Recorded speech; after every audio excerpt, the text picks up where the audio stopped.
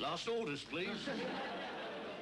You see, as many of you will have already realised, perhaps the main reason for the gigantic success of Hitchhiker's Guide to the Galaxy on BBC Radio was the choice of actor to play the narrator. The BBC, quite naturally, wanted the very best, an actor who would bring to the part stature and respect. And I can tell you, I was absolutely thrilled when they came to me and said he wasn't available and would I like to play the part. I agreed that they could use my voice only, and in return I would star in a show of my very own. And they kept their word. This is it. Welcome to the Starship Heart of Gold. Please do not be alarmed by anything you see or hear around you. You are bound to feel some initial ill effects as you have been rescued from certain death at an improbability level of 2 to the power of 260,000. The Trillian character was probably the most difficult to cast. And in the radio series, and I think in Douglas Adams' book, that she's in every way English. I'd read the first book, and she was described as dark and Indian-looking or whatever, and I thought, well, I haven't got a chance. Anyway, Alan had already thought that I would be good in the part of, as Trillian, but Douglas needed a lot of convincing. When he first suggested this, I thought he was completely mad. Oh, great. For this, I get my ears pierced. Hey, listen. With half the wealth of the former Galactic Empire stored in it somewhere, I can afford to look frumpy. But we had a whole bunch of actresses came in and read for the part. And Trillian is actually not possibly the world's richest and meatiest part. It doesn't have a sort of huge amount of sort of character texture there. Trillian. Pass! There's not a huge amount for an actress to get hold of. But when Sandra came in to read for it, she instantly, from the way she read it, just in terms of the rhythm and timing and so on, it was quite clear that she was the right person to do it. Got to get me Union Jack lenses in. She had said, you know, what accent do you want me to do? You know, I could do English Rose, I can do whatever you like. And I was feeling so much that, you know, I'd been proved wrong here, and I was trying to be sort of magnanimous, and I said, oh, no, I mean, you know, use your own voice. I mean, for heaven's sake. This is a rehearse, right? No, this should be a tape, I think. Do you want a rehearsal? Well, I mean, we'll go for one, and if it's no good, we'll do another one. I mean, that's easy. Okay, great, okay. I'm not sure that was a wise decision. And not even a particularly sort of flattering one to Sandra, because, I mean, she is a very good actress, and she can do a wide range of characterizations, a wide range of accents, and it probably would have done her some good, I think, if we'd allowed her to demonstrate that by playing it English. We have normality. I repeat, we have normality. Anything you still can't cope with is therefore your own problem. Who are they, Trillian? Just a couple of guys we picked up in open space. Oh, yeah, well, that's a very sweet thought, Trillian, but do you really think it's wise right now? I mean, you know, here we are on the run and everything. We've got the police of half the galaxy after us. I have to say Sector ZZ9. Fuck. No, just Sector ZZ9. I have to read it off the screen, that's why it's slightly, Sure, yeah, I didn't realize. Maybe a rehearsal would have been a good idea. Maybe a rehearsal would have been a good idea. Yeah, okay, so 10 out of 10 for style, but minus several million for good thinking, huh? They were floating unprotected in open space. You didn't want them to die, did you? Yeah, well, no, not as such, but, you know. A second later and they'd have been dead. Yeah, so if you'd taken the trouble to think about it a moment longer, it would have gone away, right? Anyway, I didn't pick them up. The ship did, all by itself. Hey, what? Hey, what? The ship picked them up all by itself. So what? The ship picked it. Oh, forget it and go back to sleep, will you? Hey. I don't know why I was employed. I mean, possibly because when I was at university, I was in university from 1967 to 70. That's, you know, the big year is 68. Bliss was it in that dawn to be alive, but to be young was very heaven, okay?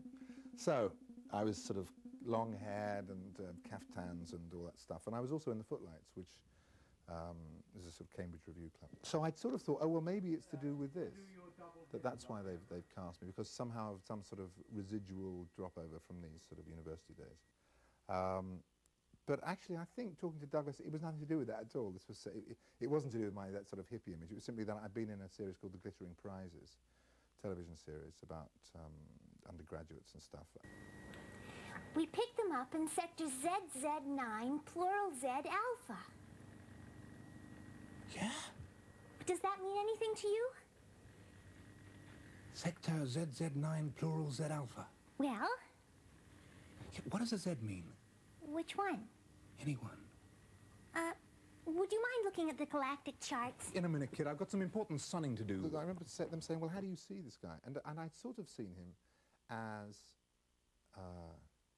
sort of long-haired, sort of beach bum, sort of blonde, kind of quick and all that. He turns out to have, you know, red hair, big eyebrows, and this head, which became my best friend, of course. Give me Tropicana. Tropicana.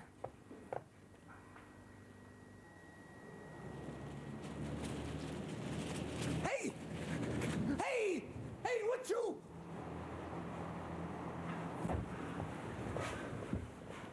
There. Almost exactly where you picked me up. Yeah. Hey, that's wild. I thought that was odd. 2 to the power of 100,000 to 1 against and falling. What's that? Sounded like a measurement of probability. What does it mean? I don't know. I have done a bit of science in my time at university. I can't tell you that I knew what I was saying, but I mean, it wasn't completely foreign to me. I'd never done a sort of sci-fi thing quite like that before. I'd done an episode or 2 or 3 of the Tomorrow People, but I'd never done anything where you had to keep looking at something that wasn't there so often.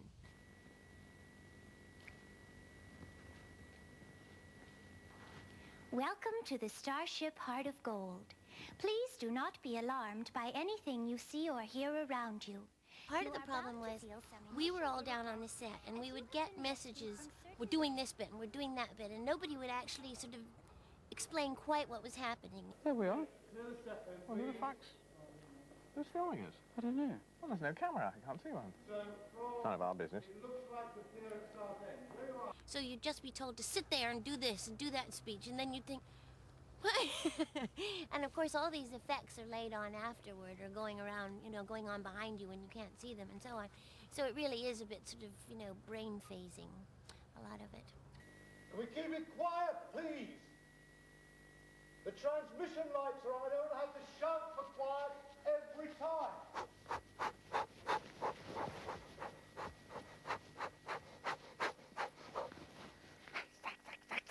And I developed this sort of technique after a while of psyching myself up, and I just jump up and down and say psych, psych, psych, psych, psych, psych, and leap about like a maniac. I think what I actually meant to say was psycho, but I thought that was probably, I was probably being a bit too literal, because I felt as if I was going out of my brains at some point. Because you're just standing there in front of all this technology, and people just spend a lot of time, and you need a lot of energy.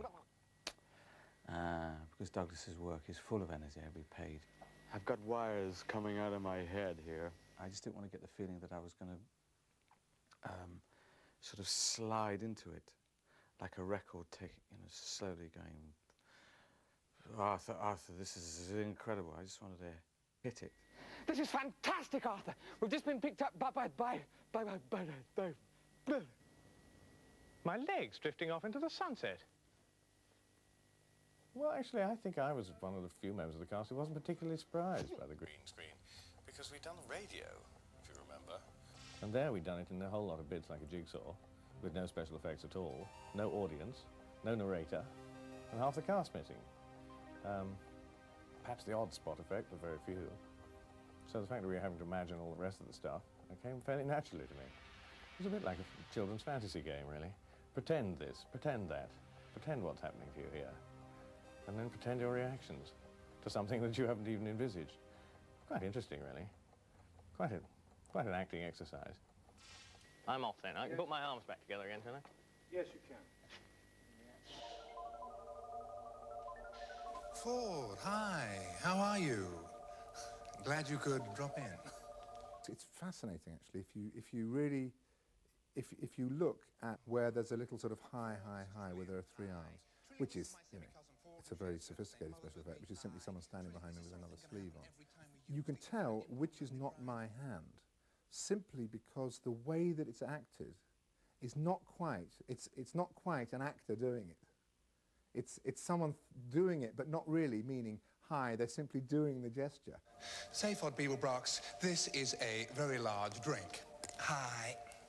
Seyfried Beeblebrox had to have two heads. There was no question about that. I thought maybe as it was a television adaptation, we'd get away with one, but we had to have two. So the visual effects department did a brilliant job. They made a head that moved in every way. The eyes blinked, and it worked very well. If you compare what they did then with what's available now, the animatronics, where it really looks 1,000% perfect, looking back to what our visual effects department did then, it was absolute rubbish. It is, of course, a model created by BBC Visual Effects Department, that should be, and it took them less than 6 weeks, which is pretty good going. It's a model that's designed to look and act just like a human head. And they managed to create a head roll, a roving eye, a winking eyelid, a nod, and a moving mouth. The method behind all this owes nothing whatever to the ventriloquist dummy. No strings, no rods or levers. Instead, an ingenious adaptation of an ordinary radio control set like the ones used by model aircraft enthusiasts. Well, if we look inside his head, I wish he wouldn't keep doing that. If we look inside his head, I'm sorry about this. There we are. We can see the top layer there of his cosmic brain. Well, these two small black boxes are the signal receivers.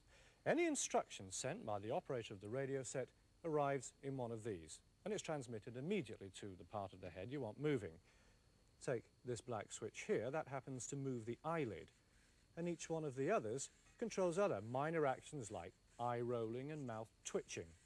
There's a second layer of electronics which lies underneath that one, and it operates the more complicated movements such as the head roll